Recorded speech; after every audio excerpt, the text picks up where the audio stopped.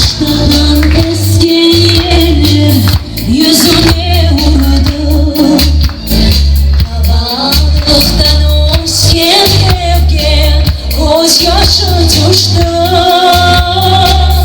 Ben bu yerde yaşamadım, Yaşlıma doyamadım, yüzüme hasret oldum, ey güzel karım.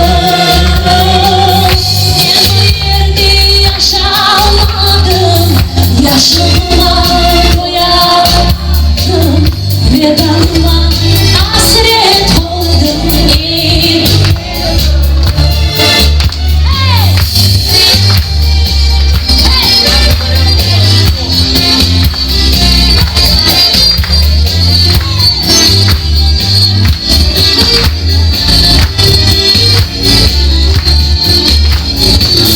Bahçelerin meyveleri bal ile şerbet, sularını içe içe doyamadım ben.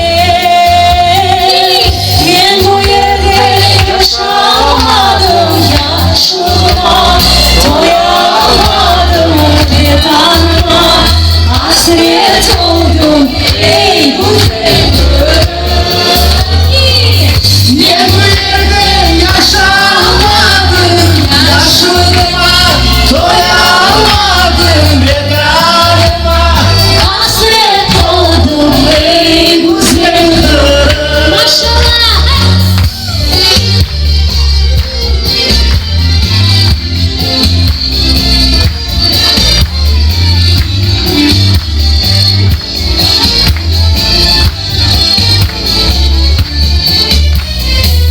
Alaşağı